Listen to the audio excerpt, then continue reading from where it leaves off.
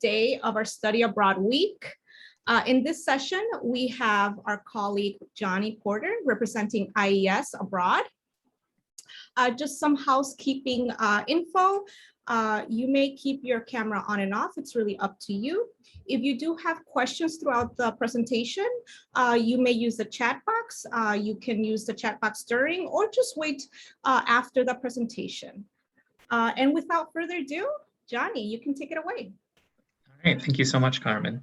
So yeah, as Carmen said, I have a presentation here. It's roughly about 15 minutes, so there will be plenty of time for questions. So yeah, don't hesitate. So I'm gonna go ahead and share my screen. All right. Can I get a thumbs up if that's looking good? All right, great. So yeah, as already said, I am Johnny Porter with IES Abroad. So a little bit about me. My official title is College Relations Manager for Michigan, Illinois, and the Dakotas. And that's my email address there, which is also going to be at the end, but jporter@iesabroad.org. So just kind of my background. I've been in the field for about 5 years, but when I was a student, I studied abroad, I interned abroad, and then after school, I taught abroad. So I'm a little biased when it comes to this whole study abroad thing, but I also like to think that I bring that passion to my work as well. So besides just me having my own personal opinions, why should you study abroad? A very big common answer we usually get is seeing the world. That's definitely one you hear a lot. But moving beyond that, stepping outside of your comfort zone, studying abroad is a really great way to kind of see yourself in new lights, have new experiences, and things that you wouldn't necessarily do while at Northwestern. Definitely developing language skills is something you hear a lot, and a lot of our programs have really good language components built into them. And forming everlasting friendships. Once again, being very biased, I definitely speak to a lot of people who studied abroad with me many years ago. We still are in touch. And then the one I'm going to touch on a little bit more on the next slide is gaining professional experience. So I have a little bit of more hard-hitting facts about why studying abroad can be beneficial. And then lastly, increasing self-confidence can be a great factor for that. So diving into that a little bit more, a couple of years ago, we did a survey of our alumni about their experience studying abroad and the benefits it brought them. So number one, increased hireability. Most IES Abroad alumni feel that studying abroad helped them develop valuable job skills. Higher starting salaries. Our alumni earn on average about $6,000 more starting salaries than students who did not study abroad. Nearly 3/4 of our alumni secured their first job within 2 months of graduation, and about 90% of our IES Abroad alumni earned admission into their first or second choice for graduate or professional school, like an MBA. So you've heard me say IES Abroad now about 5 or 6 times. So what is IES Abroad? So we are a nonprofit company based right in Chicago, and we were founded in 1950, kind of the early days of study abroad. So we have over 70 years of experience working in this field, helping students go abroad.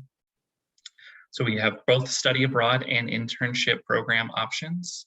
And we work with an academic consortium of about 260 plus schools. And so what that really means is we're working with a lot of different schools in the US to help assist their students going abroad.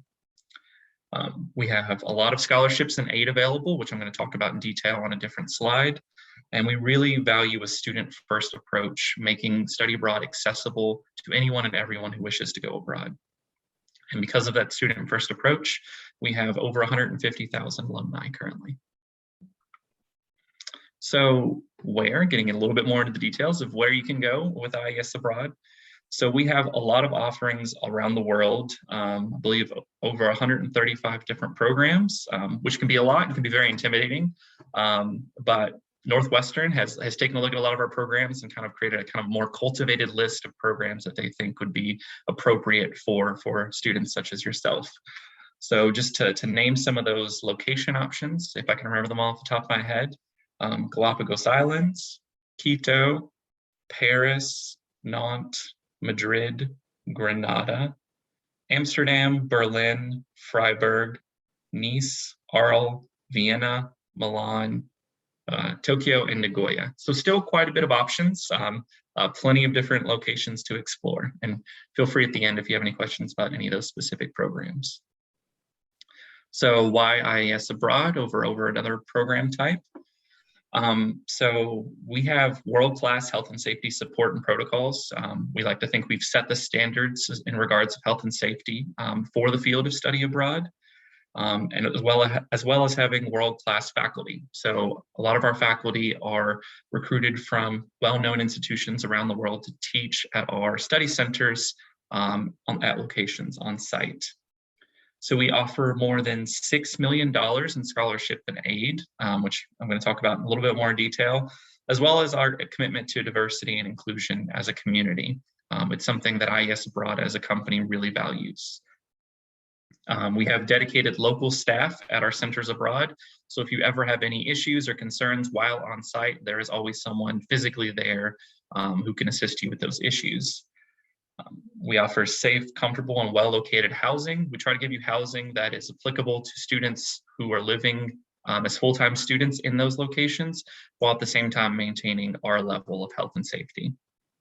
And then we have personal advising and support for pretty much any issue that you might have, visa assistance, helping with medications, coursework, anything you can think of, we're here to help.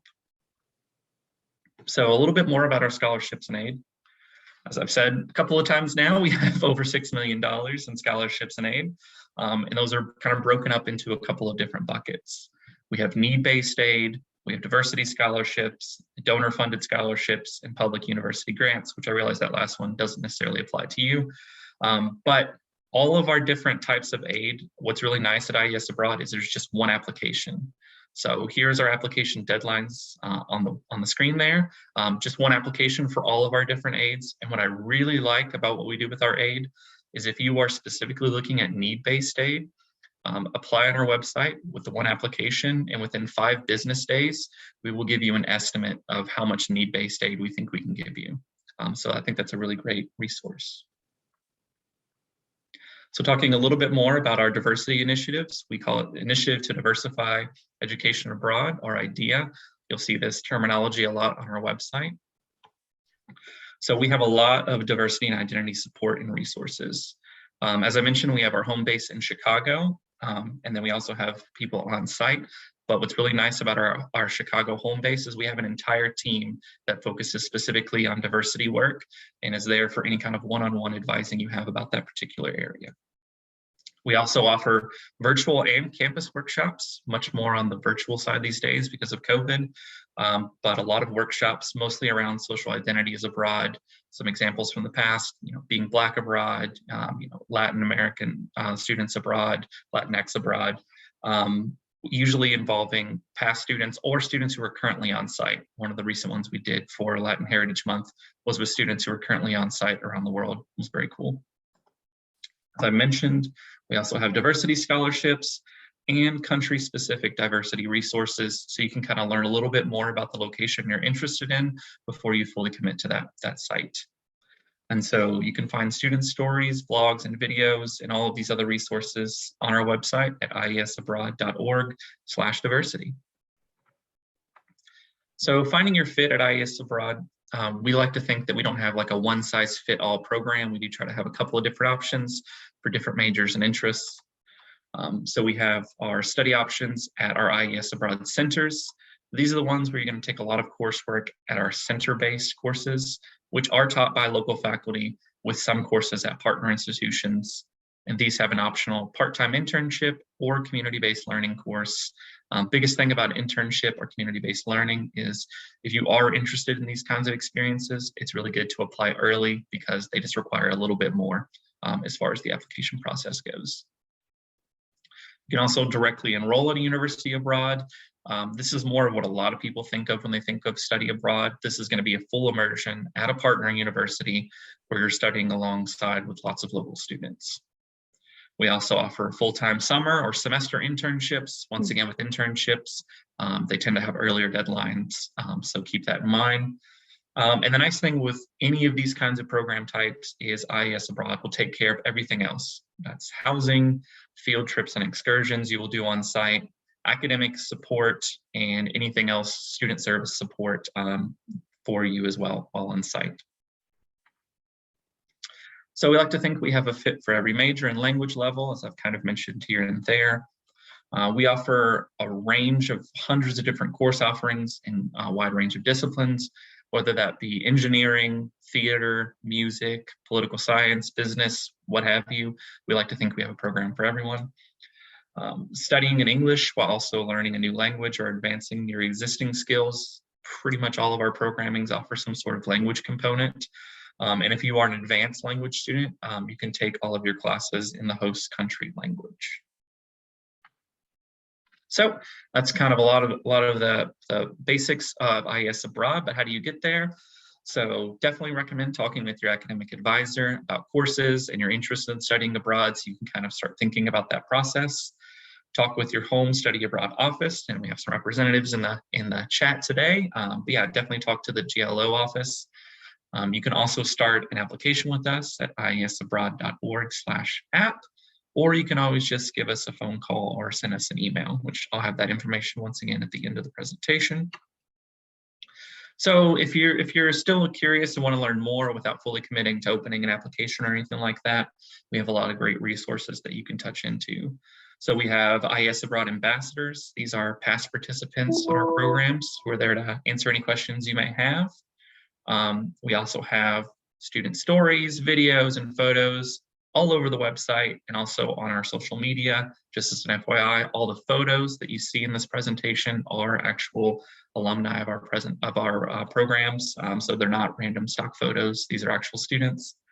And then your IES Abroad advisor will be extremely knowledgeable about all aspects of the program as you move forward through it. So with that, like I said, it was about a 15-minute presentation, short and sweet. There is my email address and our website if you just want to inquire later on. But besides that, I'm here for any and all questions you might have.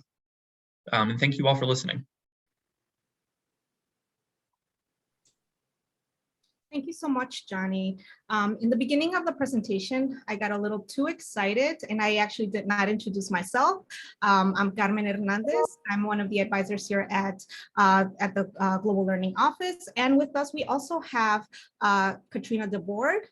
She's one of the senior assistant directors here at our GLOW office, and she oversees a couple of the IES programs, and I also oversee a couple of the IES programs. And I think we're ready for a Q&A section here. If you have any questions, this is the time to ask your questions and take advantage that we have Johnny here.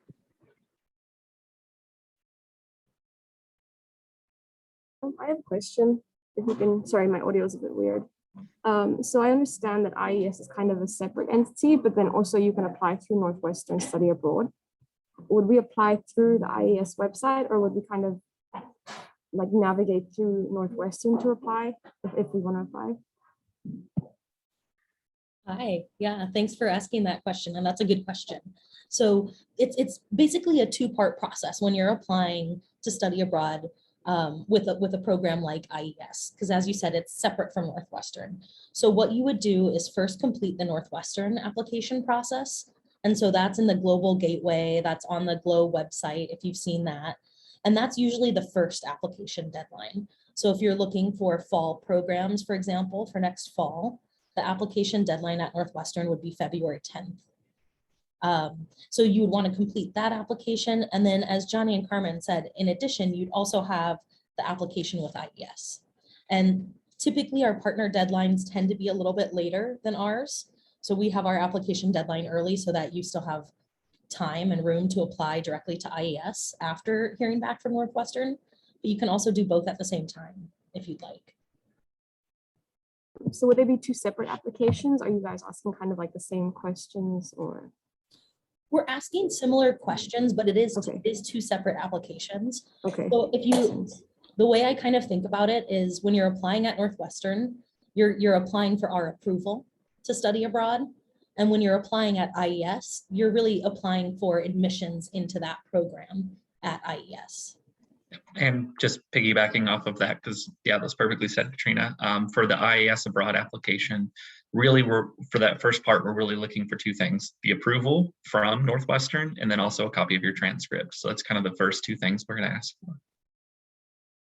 Yeah, that makes sense. Thank you. Yeah, no worries. Thank you for asking.